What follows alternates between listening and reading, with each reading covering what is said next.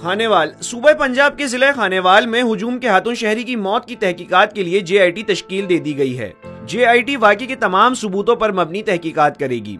Mohammad Arshad Lagari DPG anti terrorism court Multan JIT में शामिल है। वाक़े की तहकीकात के लिए DDPP खानेवाल मोहम्मद आजम भी JIT का हिस्सा है।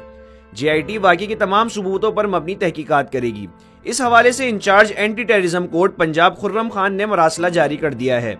दूसरी जानिब मियां चुन्नू में तफ्तीशी टीम की मुआवनत के लिए हुकूमत की तरफ से 2 रुकनी प्रोसिक्यूशन टीम तश्कील दे दी गई है। कमेटी की सरबराही मोहम्मद अरशद लगारी करेंगे।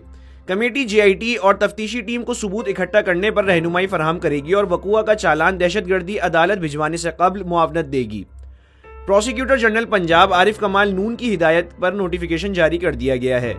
वज़ीर आज़म के मुआवन खुसूसी अल्लामा ताहिर अशरफी का कहना है कि इस केस में श्रीलंकन शहरी केस की तरह पुलिस बहुत मेहनत से काम कर रही है।